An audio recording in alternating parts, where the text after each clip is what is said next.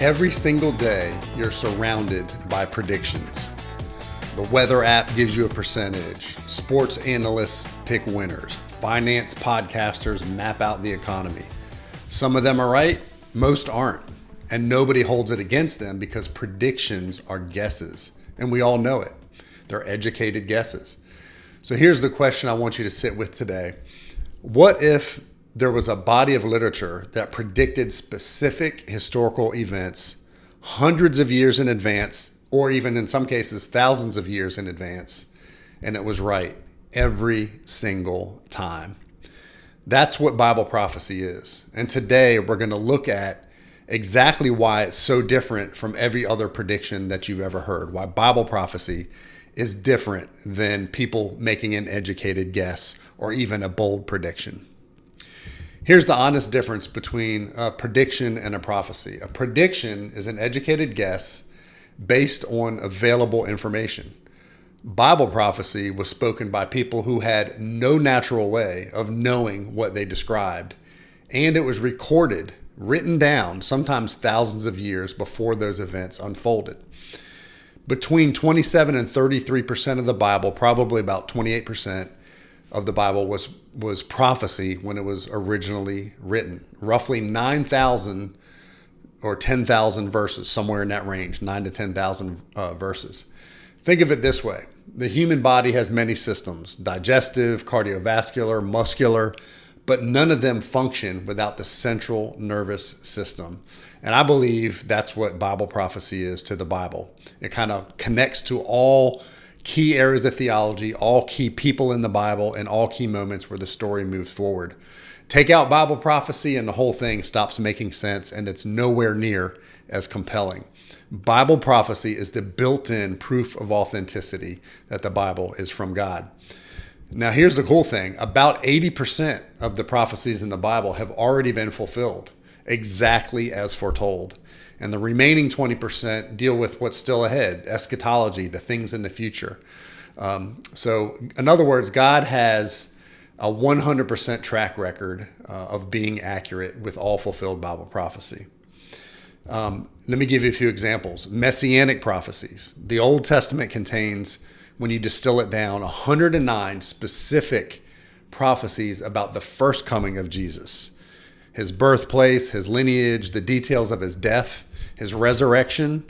There's a guy named Peter Stoner who was a mathematician back in the 50s and 60s, and he once calculated the probability of one person fulfilling just 8 of those prophecies by chance. Picture the entire state of Texas, full, covered, 2 feet deep with silver dollars.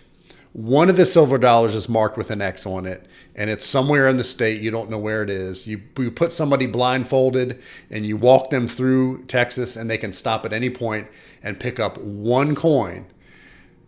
The probability of them choosing the one single marked coin is the same probability of one person fulfilling just 8 of the 109 prophecies that Jesus fulfilled at his first coming.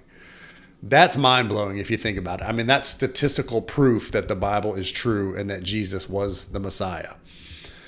Here's another one. 4 world empires that were predicted in Scripture. Back-to-back successive empires in Daniel chapter 2 and also Daniel chapter 7, centuries before the events unfolded. One of the empires was in place when the prophecy was given, but the other 3 were not. It's kind of mind-blowing if you think about it. And this wasn't just a short succession. This was from Babylon to Medo-Persia to Greece to Rome. This is a big, broad stretch of world history as we know it. And we know those are the empires that fulfilled that prophecy.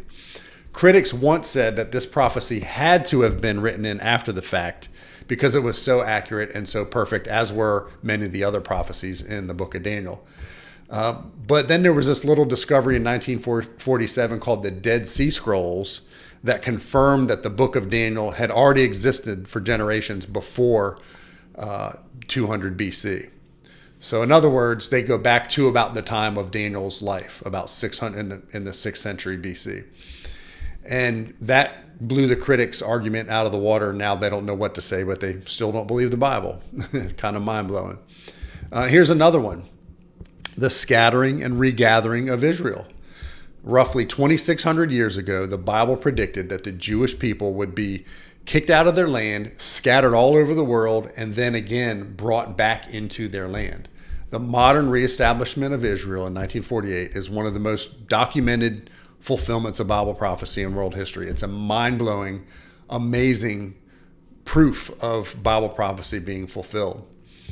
So that 80% track record changes everything about how we read the remaining 20%.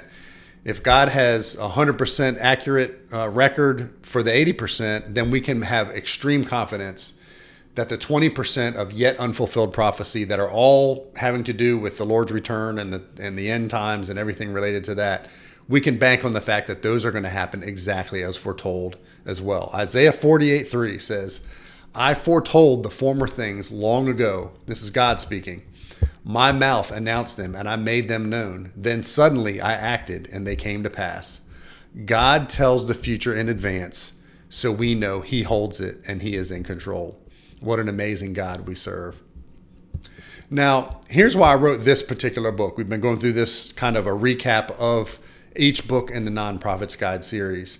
I saw that 20 years of ignoring Bible prophecy and eschatology did the faith, discernment, and biblical literacy of my generation an injustice. And the next generation picking up behind us was no better. They were not equipped, and we were not equipped with a firm understanding of prophecy, eschatology, and with that, as I said, goes discernment and biblical literacy. It's all connected. It's not separate things in different silos or different containers. It's all related. By ignoring these things, the church has been left anemic in many, many places. The other books in this series were designed to reclaim and restore a biblical understanding of the end of the story.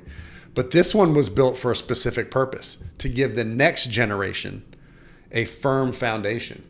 Young Christians and the children of believers needed an accessible, easy to understand primer on the basics of Bible prophecy. Fulfilled Bible prophecy is the key apologetic to ground their faith. It's the built-in proof of authenticity that shows them the Bible is from God. Yet future prophecy is the key to anchoring them to a promised future, to a hope that they have that can draw them through anything they face in this life. So the next generation deserves clarity, not confusion. They don't deserve fear, but they need clarity about what the Bible actually says and why it can be trusted. So that's the whole purpose behind this, the Young Reader's book, and it's the basics of Bible prophecy. Now, quick note, the link in the description is an affiliate link, which means I earn a little bit from it.